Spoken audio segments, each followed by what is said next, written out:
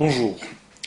Dans cette édito d'aujourd'hui, je voudrais évoquer la façon dont les politiques se servent des plus défavorisés pour se faire élire et ensuite conforter leur place et leur pouvoir. Trois exemples que je prends dans l'actualité très récente, puisque pour deux d'entre eux, il s'agit de faits publiés dans la presse de ce jour, et un petit peu plus ancien, vous verrez dans quelques instants, nous en reparlerons.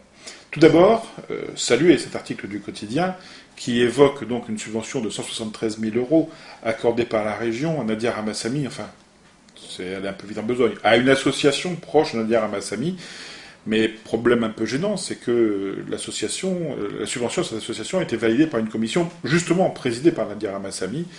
Et là, même si ce n'est pas illégal en soi, se pose quand même moralement un conflit d'intérêts.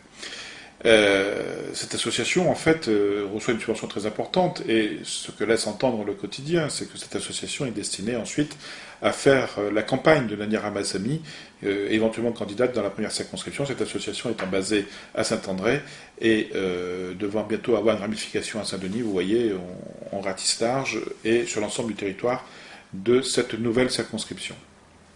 Ça, c'est le premier point, et c'est un point qui, il faut le dire, est choquant, et montre bien le système mis en place aujourd'hui pour financer, subventionner des associations proches d'une majorité, de façon à permettre aux élus qui siègent déjà dans ces collectivités de pouvoir conserver leur poste.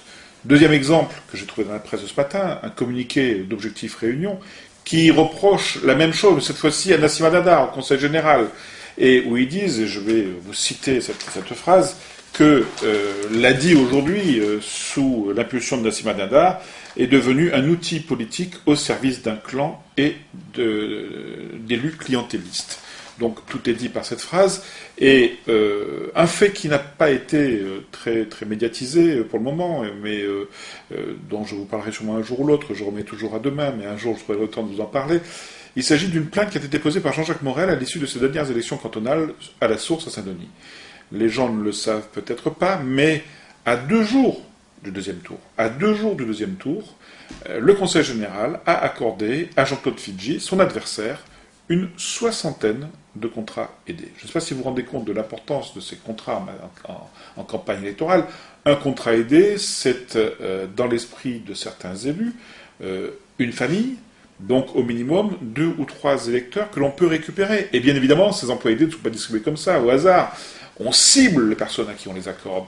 On trouve des gens qui sont déjà partisans de l'adversaire et qu'on va essayer de faire basculer en leur accordant un contrat aidé. Et je vous rappelle, quand on bascule, c'est 2, 3, 4 voix qui peuvent basculer d'un coup. Multipliez ça par 60 et vous voyez que l'écart de voix peut très vite se constituer. D'ailleurs, cet écart était inférieur au nombre de personnes potentiellement bénéficiaires de ces contrats aidés et de leurs entourages. Donc vous voyez, voilà des pratiques vraiment, je dirais, scandaleuses. Et le troisième élément que je voulais vous rappeler, rappelez-vous cette association montée sur Saint-Leu, par Thierry Robert, très proche de Thierry Robert, et qui avait obtenu dans un premier temps 1 million d'euros. 1 million d'euros, une association qui est elle aussi, comme dans le cas de la région et de Nadia Ramassamy, ne datait que de 2 ou 3 mois, et qui ensuite est repassée à la caisse et a obtenu une nouvelle subvention de mémoire, je vous dis ça tout de suite, de 125 000 euros. Donc vous voyez, ce sont des pratiques qui ne sont pas que d'un côté, que l'on retrouve, que ce soit dans les mairies, au Conseil général, maintenant à la région. Ce n'est pas une raison, parce que ce sont des choses qui sont courantes, pour autant les accepter.